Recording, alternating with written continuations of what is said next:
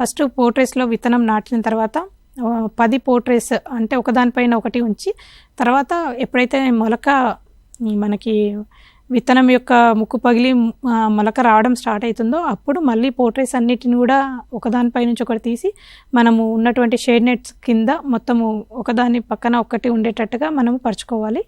And వాటికి మనకు లైట్గా ఇరిగేషన్ అనేది రెగ్యులర్గా ఇవ్వడం అనేది చేస్తూ ఉండాలి.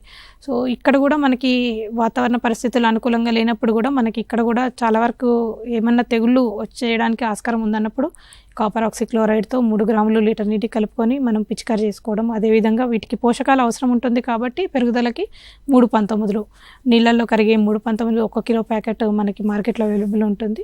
సో దాన్ని తీసుకొని నీళ్ళల్లో కరిగిచ్చేసేసి మనము అంటే పెరుగుదలను బట్టి ముందుగా 2 గ్రాములు తర్వాత 5 గ్రాముల చొప్పున లీటర్ నీటికి కలుపుకొని మనము పైపాటుగా అందించినట్టయితే మొక్క పెరుగుదల అనేది ఏపుగా ఉంటుంది. ఈ షేడ్ నెట్స్ కింద పెంచినటువంటి నారుమడి అనేది హెల్దీగా ఉంటుంది. ఎందుకంటే అక్కడ అంటే అది రసం పీల్చే పురుగులు లోపల